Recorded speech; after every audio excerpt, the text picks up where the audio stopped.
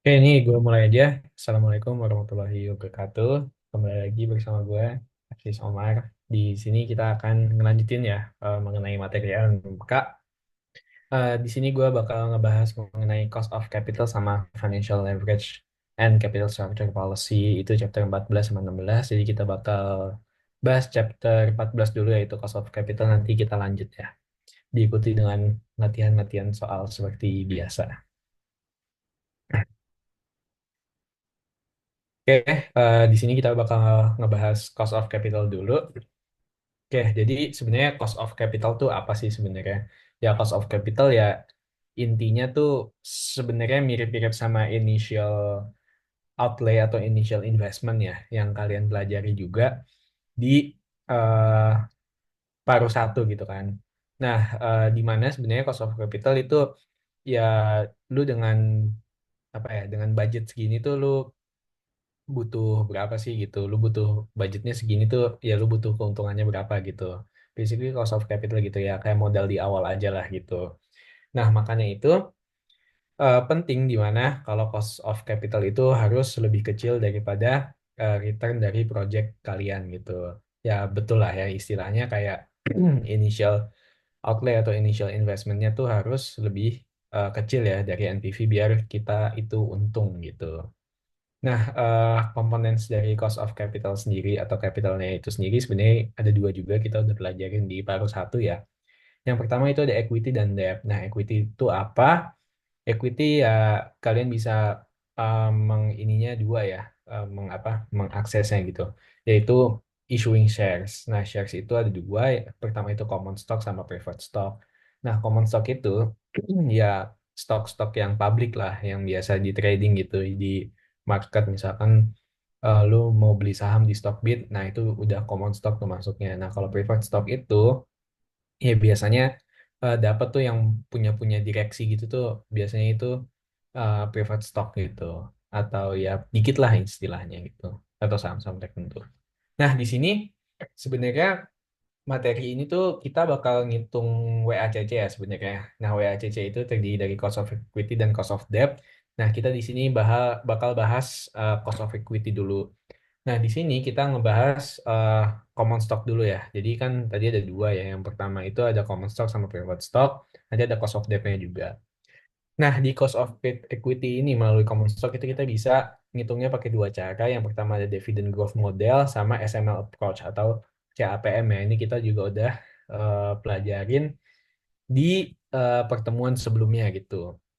Mengenai apa namanya eh, stok lah return return saham gitu. Nah, yang ngebedain apa sih antara kedua ini? Sebenarnya dua-duanya kita udah pernah belajar. Jadi yang pertama, kalau dividen growth model itu sebenarnya kita ngelihat dari sisi dividennya gitu. Jadi kan perusahaan kita tahu ya kalau dia tuh bakal ngasih kalau net income itu kan bakal dibagi dua ya, ada net income, ada return earnings yang buat nge-sustain operationnya, buat dipakai di tahun depan sama dividen payout ratio. Nah, kita ngukurnya tuh dari seberapa banyak atau seberapa besar dividen yang akan diberikan kepada investor gitu. Nah, jadi sebenarnya ini ada beberapa advantage sama disadvantage-nya buat masing-masing ya. Advantage-nya ya ini simple ya, easy to understand and easy to use karena kita cuma ngitung sebenarnya si return dari dividennya itu growth-nya berapa sih. Nah, rumusnya sendiri itu adalah dividen dibagi price sama ditambah growth-nya aja. Nah, disadvantage-nya apa? Ya ini only applicable buat companies yang bayar dividen gitu. Nah, kan semuanya nggak semua perusahaan tuh bakal bagi-bagi dividen lah ya gitu. Makanya jadi sebenarnya ini kurang dipakai lah ya gitu. Orang-orang lebih pakai CAPM gitu. Nah, terus dia tuh biasanya sama nggak nge-consider risk-nya gitu. Jadi kita sebenarnya nggak terlalu bisa percaya lah dengan si dividend growth model approach ini. Nah, kedua ini ada SML approach atau CAPM. Ini ya rumusnya itu ada risk free rate ditambah systematic risk atau beta dikali sama market risk premium. Nah, market risk premium ini market market risk dikurang sama risk free rate-nya gitu. Nah, advantage-nya apa? Ya ini eh, udah adjusted ya sama case-nya gitu, beda sama yang dividend growth model. Dan dia applicable ke semua perusahaan gitu, nggak cuma yang nggak bagi-bagi dividen, yang bagi-bagi dividen pun kita juga bisa pakai ini. Nah, disadvantage-nya apa ya? Kita harus nge-estimate market risk premium dan beta gitu kan. Nah, di mana dua-duanya ini tuh sebenarnya apa ya? eh Bisa bias gitu karena ya itu berdasarkan asumsi kita sendiri gitulah. Jadi ya disadvantage-nya itulah. Jadi masing-masing kedua model ini atau approach ini ya punya plus minusnya masing-masing lah ya gitu. Nah, selanjutnya kita bakal ngebahas preferred stock. Nah, preferred stock itu biasanya dia ya satu ya rumusnya tinggal dividen dibagi sama uh, price-nya sendiri. Nah, ini ya yang tadi gue bilang sebenarnya preferred stock ini tuh kayak saham-saham yang yang sebelum di inilah sebelum IPO tuh udah ada pembagiannya sendiri biasanya yang punya tuh direktur-direktur atau misalkan biasanya komisaris no ya. Di mana mereka bakal dapat dividen terus-terusan gitu gitu. Nah, di sini ada cost of debt ya. Cost of debt ya istilahnya apa ya? Kayak interest rate lah yang kita harus bayar ke misalkan kita minjem minjem modal gitu dari perusahaan atau dari bank lain gitu. Atau misalkan juga bisa biasanya pakai bond sih. Nah, di sini sebenarnya ujung-ujungnya kita bakal ngitung WACC. Nah, sebenarnya WACC itu apa sih? Ya kita melihat sih misalkan cost of capital dari beberapa gitu kan. Jadi perusahaan kan nggak mungkin dia cuma punya equity atau punya debt. Ya sebenarnya bisa aja sih, tapi biasanya kalau perusahaan-perusahaan besar tuh ada dua-duanya gitu.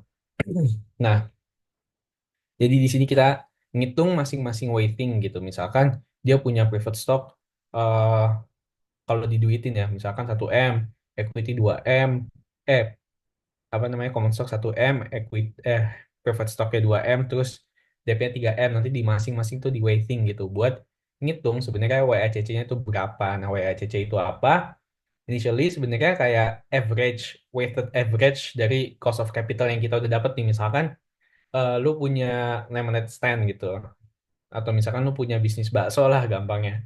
Terus lu minjem duit, apa namanya, minjem duit temen lu buat modal dan lu dikasih duit tambahan sama orang tua lu buat exchange eh, number of shares atau saham lah gitu.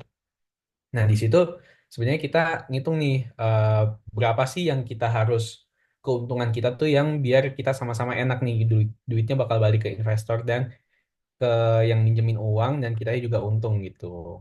Gitulah sebenarnya si kegunaannya si WACC ini gitu.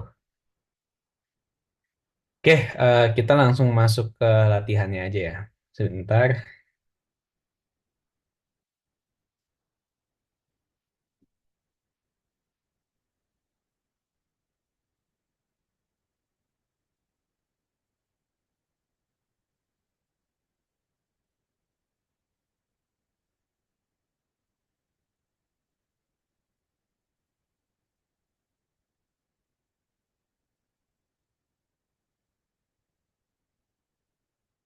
Oke, jadi ini ada problem pertama ya mengenai si apa namanya WACC ini. Jadi problem satu, si PT buka toko considering ada beberapa investment alternatif ya. Investment A sebesar 19%, B 17%, dan C 15%. Terus si PT buka toko plans to each investment will be financed 30% melalui debt. Dan dia bilang kalau risk free investmentnya itu sebesar 8,25% dan systematic risknya atau betanya itu 1,4 dan equity risk premiumnya itu 12 gitu. Nah, terus the company also issue has a bonds ya dengan semi-annual payment dengan par value 150, terus maturitiesnya itu 5 tahun, coupon rate-nya itu 7% dan dia itu dijual sebesar 105% dari par value-nya gitu. Nah, dibilang juga kalau si apa namanya marginal tax rate-nya atau tax rate-nya si perusahaan ini tuh 35%. Nah, disuruh hitung nih sebenarnya eh cost of equity-nya, cost of debt-nya itu masing-masing berapa, WACC-nya berapa, dan kalau udah ketemu itu WACC-nya kita mesti invest yang mana sih, A, B, atau C gitu. Oke, ini cukup gampang. Ini salah satu yang soal keluar di UAS berarti ya, ya. Jadi kalian ngitung dulu nih cost of equity-nya berapa. Nah, di sini dia nggak bilang kan, tadi kita udah bahas ya, kalau misalkan itu ada preferred stock sama apa namanya, common stock gitu kan. Nah, kalau preferred stock itu pasti ada dividen, sedangkan di sini dia nggak ada, dia nggak bilang apa-apa sih. Jadi karena kita nggak ada dividen, di sini kita pakai CAPM gitu. Karena kita tahu juga kalau misalkan apa namanya risk free-nya itu udah diketahui 8,25%, betanya itu 1,4 dan equity risk premium-nya itu 12. Nah, equity risk premium itu adalah market risk dikurang sama risk free rate-nya gitu. Nah, tapi nggak usah dikurangin, itu udah ketemu, udah dikasih tahu ya kalau di sini equity risk premium-nya itu 12%. Oke, berarti langsung aja. Jadi 8,25% ditambah 1,4 dikali 12% gitu. Ketemu ya. Ini bisa dibaca sendiri di atas ini. Ketemu berarti 25,05%. Nah, ini untuk cost of equity-nya.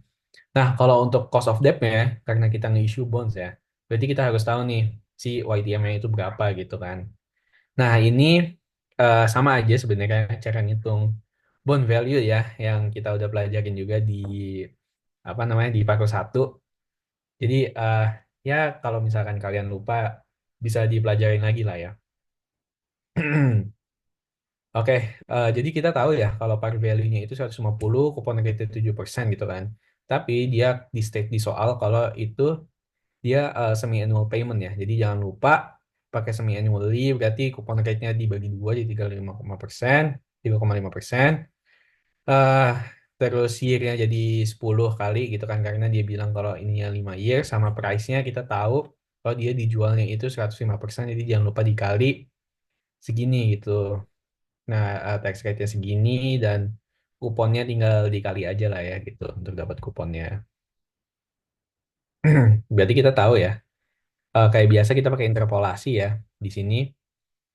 Nah, kita berarti nyari X-nya. Di sini gua pakai contohnya, karena kita tahu ya kalau misalkan dia makin besar, si value-nya berarti berarti YTM-nya itu ya si kupon rate ya ininya lah ya, itu bakal makin kecil. Berarti asumsinya gua 1% aja gitu. Nah, ya udah. Nanti kalian hitung sendiri pakai rumus ini biasa lah ya gitu. Kalian udah tahu, berarti nanti ketemu si ininya apa namanya bond value yang 1% ini 185 juta berarti kan. Nah, kita pakai interpolasi aja langsung, berarti tinggal dimasukin-masukin aja ya kayak biasa. Set, set, set, set, set. Nanti ujung-ujungnya ketemu eh, 2,97% gitu. Nah, jangan lupa kalau ini itu semi annual lah ya. Jangan lupa dikali jadi 5,90 dikali 2%, dikali 2 jadi 5,94%. Oke, kita ketemu nih kan untuk cost of equity-nya sama cost of debt-nya gitu. Nah, kita disuruh nyari WACC-nya nih. Karena kita tahu ya si WACC itu berarti cukup gampang rumusnya. Jadi eh, yang pertama kalian ngitung dulu di apa namanya di weighting ya. Nah, weightingnya itu dapat dari mana? Kita juga udah tahu sebenarnya di sini. Kalau misalkan si perusahaan ini bakal di finance 30% gitu melalui debt kan, melalui utang.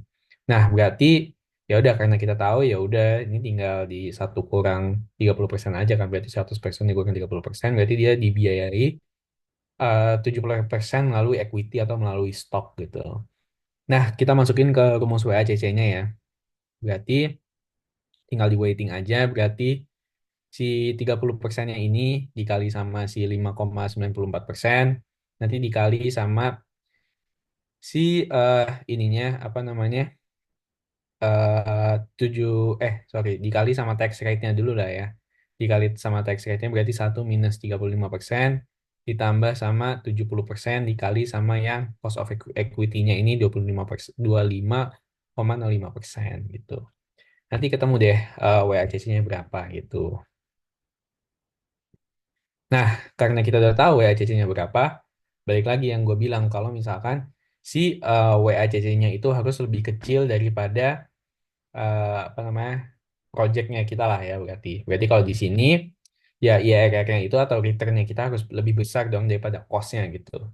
Berarti dilihat di sini karena kita tahu kalau WACC-nya itu 18,69% ya. Berarti ya worth it untuk diinvest adalah si yang A gitu dengan IRR-nya 19%. Karena di sini kita tahu kita tuh bakal nge-gain atau dapat return 19% ya. Dimana itu lebih gede daripada WACC yang kita miliki. Gitu deh. Cukup mudah lah ya. Jadi step-stepnya dulu nih gue jelasin lagi. Jadi untuk dapat WACC sendiri ini, jadi kalian harus ngitung dulu cost of equity-nya. Di sini kalian bisa ngelihat dari pakai CAPM ya yang diketahui ini.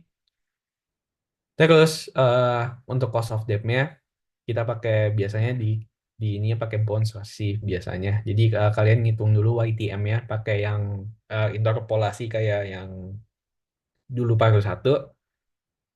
Nah, nanti terus tinggal di waiting aja gitu. Terus tinggal dimasukin aja deh ke rumus WACC-nya. Gitu, dapet deh. Gitu. Jadi kalau untuk di materi ini kita ngitung WACC aja sih. Oke, kita lanjut ya ke soal 2. Di problem 2 di state kalau kita disuruh ngitung WACC dari space Y Incorporated ya.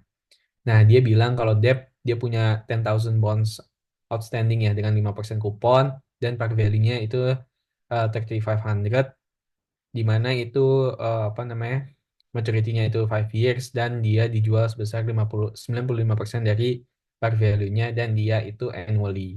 Nah, terus di sini ada common stock-nya dia 800.000 stock outstanding dengan apa namanya dengan $80 per share ya dan di betanya itu 1,05. Oh ini salah nih kayaknya. Sorry. Oke. 1,05. Nah, terus preferred stocknya itu dia 50.000 dengan outstandingnya itu 5%. Dengan, iya dengan outstandingnya 5%. Dividennya itu. Dan market price-nya 125 dengan par value-nya itu 130 gitu. Oke, lanjut aja. Di mana ini ada market risk premium ya. Dia itu 8% dan risk free rate-nya ini 4,5% gitu. Ya udah, di sini kita tahu dulu ya sebenarnya given information-nya apa aja. Jadi ini untuk bonds-nya, ini untuk common stock-nya, ini untuk preferred stock-nya gitu. Nah, kita cari masing-masing weighting-nya gitu kan. Jadi balik lagi kalau ngitung WACC ya, kan kita kan bakal ngitung semuanya nih. Dan kita tahu kalau WACC itu weighted average gitu. Jadi kita mesti weighting masing-masing dulu nih. Nah, depth-nya itu kita cari ya berarti dengan outstanding-nya atau yang tersebarnya itu ada 20.000 dengan harganya 1.000 dan ternyata dia itu parnya dijualnya dengan di marketnya itu 95% dari par ya udah berarti untuk depth-nya itu sebesar 19 juta gitu kan. Nah, untuk common stock-nya itu juga cukup mudah, tinggal common stock-nya yang tersebar ya. Itu sorry ini nanti gue ganti lah ya. Kayaknya apa namanya? Gue salah soal sih atau salah ini gue lupa sih ya nanti gue ganti aja lah tapi caranya stepnya sama aja. Nah ini ada preferred stocknya juga ya dia outstandingnya berapa dan market price-nya berapa terus nanti kalau udah ketemu ya kita tambahin dan kita dibagiin aja untuk persentasenya berapa berapa berapa di mana nanti ujung-ujungnya itu sama dengan 100% gitu. Oke, pertama berarti kita nyari cost of debt-nya dulu kan. Nah, cost of debt-nya itu gimana? Ya, balik lagi kita carinya pakai interpolasi aja sih. Jadi kita tahu par value-nya itu $1.000, terus kupon rate-nya itu 5%, dan dia itu 5 years, dan price-nya itu 950. Kenapa? Karena ya dia 95% dari par value-nya gitu. Oke, berarti kita kan nyari harga yang di marketnya gitu kan, yang 950 gitu. Berapa sih? Nah, dengan ininya makin kecil, kebalikannya ya berarti ya. Kalau untuk si rate-nya itu berarti makin gede gitu. Di sini gua ngambil 7%.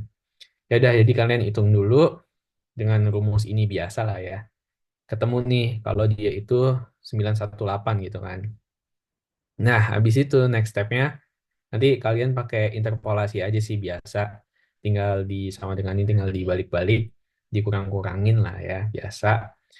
Nanti ketemu kalau si YTM-nya itu segini. Nah, itu sama aja berarti si cost of debt-nya gitu kan. Nah, oke kita ketemu. Terus kita nyari nih, kalau tadi di sini problem satu kita kan nggak dikasih tahu ya sebenarnya dia common stock atau preferred stock, jadi kita asumsinya common stock aja. Nah di sini kita kasih tahu nih ada dua, ada common stock sama ada preferred stock gitu. Nah berarti rumusnya kalau preferred stock sama aja ya kayak biasa. Berarti si eh, market risk premiumnya ditambah beta dikali sama equity risk premiumnya. Sorry, si risk free rate-nya ditambah sama beta dikali sama si equity risk premiumnya gitu. Nanti ketemu segini lah ya, gitu, 12,9%. Nah, di sini kita ngitung preferred stock juga karena di sini ada dividen ya. Eh berarti dia itu pakai dividen dikali sama si par value-nya dibagi sama market price aja gitu. Nanti ketemu sebesar segini gitu. Nah, nanti tinggal dihitung aja deh WACC-nya masing-masingnya. Jadi yang pertama dulu ini kita pakai apa nih? Kalau di sini common stock dulu lah ya. Ya sebenarnya sama aja sih. Mau pakai yang mana dulu? Berarti nanti yang debt-nya itu jadi si apa namanya si cost of debt-nya gitu yang kita udah cari YTM-nya itu dikali sama si 56,34%. Nanti ditambah sama si common stock-nya ini 37,36 dikali sama 12,9%. Nanti ditambah lagi sama 6,3% dikali sama 941,2%. Nah, terus nanti akhir-akhirnya ini dikali sama satu minus teksnya. Di sini kita tahu teksnya itu 34%. Ketemu deh WACC-nya segini. Gitu. Oke, mudah lah ya. Kita lanjut. eh tapi sebelumnya ya balik lagi ya, WACC yang penting rumusnya ini aja gitu. Jadi kalian mesti nyari satu-satu. Pertama-tama itu kalau misalkan emang udah dikasih tahu semua weightingnya, ya udah kalian ngitung weightingnya dulu. Terus kalian cari cost of debt-nya, cari common stock-nya, cari preferred stock-nya, itu cost of equity-nya. Tapi kalau misalkan emang diketahuinya salah satu ya udah pakai salah satu aja gitu. Terus ya udah deh, baru dikaliin, hasilnya dikaliin sama weighting masing-masing. Gitu aja sih, nggak begitu susah kok. Oke, kita lanjut ya ke materi yang leverage.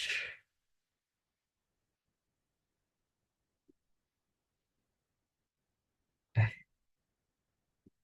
bentar.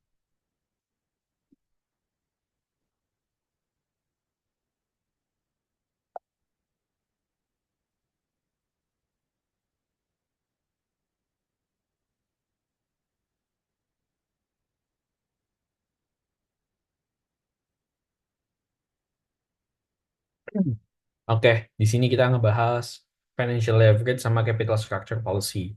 Di mana di sini sebenarnya kita bakal ngelihat aja sih perbandingan perusahaan yang dia di financing sama debt doang atau sama equity, atau misalkan equity-nya berapa persen, debt-nya berapa persen gitu-gitulah. Kalau di yang sebelumnya kan kita melihat sebenarnya cara ngitungnya gimana sih. Nah, kalau di sini kita melihat implikasi aslinya tuh kayak gimana sih gitu. Nah, sebenarnya di sini ada dua ya. Di mana ini kondisinya ada unleveraged sama leverage gitu. Nah, unleveraged itu apa? Ya, unleveraged itu biasanya dia perusahaan yang di apa namanya dibiayain tanpa debt, biasanya pakai equity doang gitu. Nah, ini bisa lihat sendiri. Dan di sini ada leverage gitu, di mana perusahaan dibiayai dengan debt gitu, debt dan equity lah ya, tapi ada debtnya gitu. Nah, dari hasil hitungannya sendiri sebenarnya kalau dari ROS dan EPS-nya sendiri itu sebenarnya perusahaannya lebih valuable yang ada leverage-nya gitu dibanding yang nggak ada leverage-nya. Nah, di sini kita juga bakal ngebahas tentang M&M proposition, di mana di sini apa ya eh, core inti dari materi ini ya yang bakal dihitung-hitungin gitulah istilahnya gitu.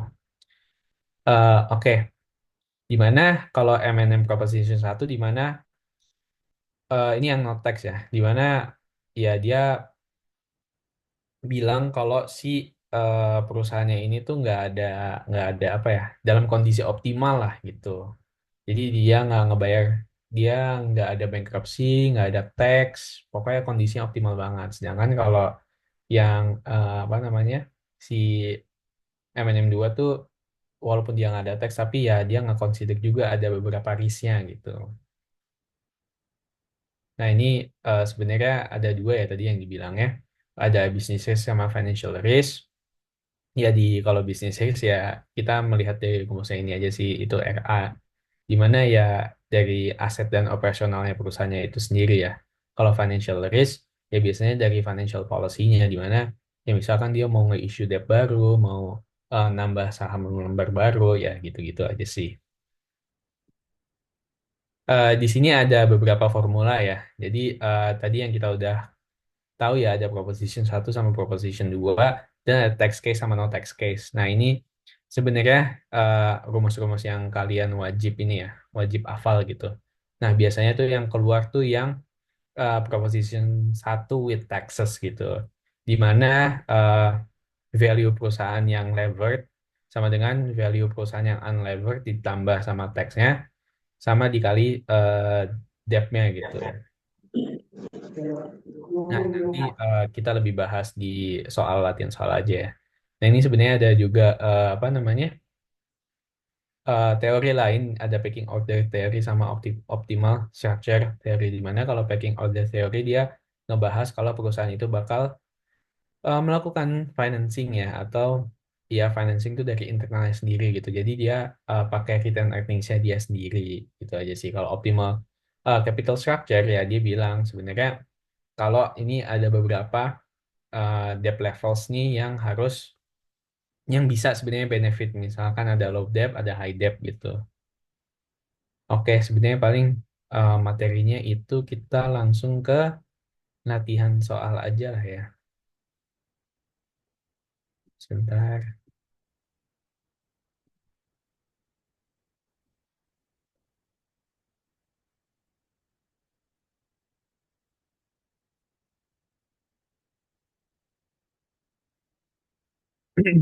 Oke, jadi di sini dia bilang lah ya, kalau si PT Omega Mart has an expected EBIT of 65.500 eh dolar gitu in perpetuity, dan debt amount-nya sebesar segini dan tax rate-nya segini gitu. Nah, dia bilang based on proposition apa namanya 1 M&M dengan tax value dari company-nya berapa, terus kalau misalkan si PT Omega decided to change atau mengubah capital structure-nya dari 50% debt dan 50% equity dengan interest rate itu 7%, value-nya berapa dan perbedaannya berapa sih gitu sebenarnya kalau si perusahaannya tuh benar-benar 100% menggunakan finance-nya with debt dengan rate 7% gitu. Nah, oke, berarti di sini kita tinggal masukin masukin rumus aja ya. Jadi kita tahu ya kalau EBIT-nya segini, debt-nya segini, terus apa namanya tax-nya segini, dan apa namanya unlevered cost of capital-nya segini gitu. Jadi kalau untuk si ini ya, kita pakai rumus yang ini berarti kan M&M Proposition 1, berarti kita pakai rumus ini ya, VU ya.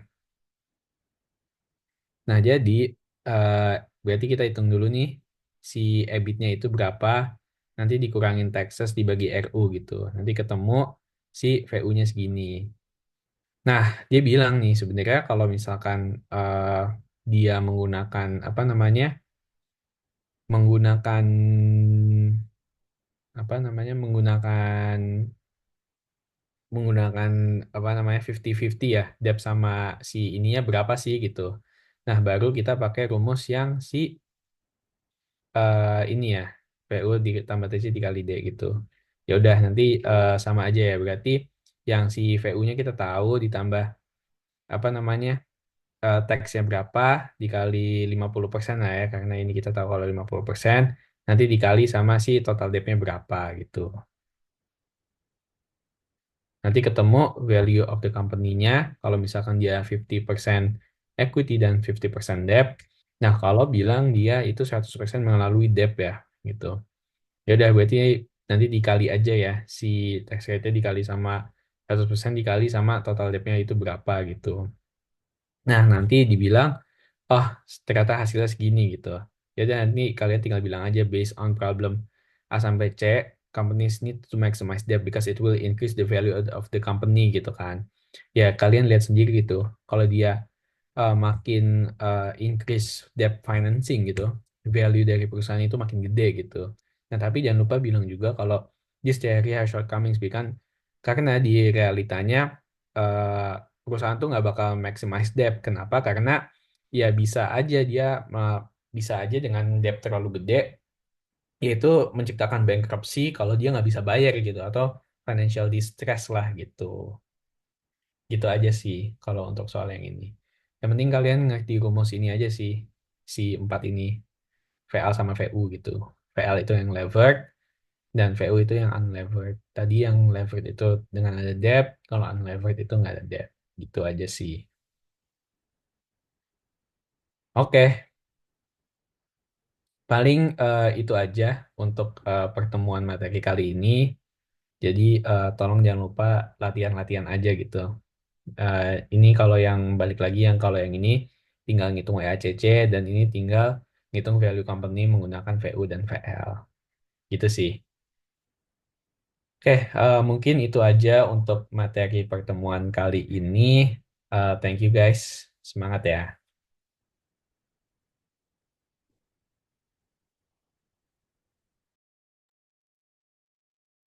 Baik, terima kasih kepada Kak Omar telah memaparkan materinya pada malam hari ini. Sebelum live, teman-teman bisa isi absen terlebih dahulu ya. Dan terima kasih kepada Kak Omar. Oke, thank you. Gue izin live ya. Baik, Kak.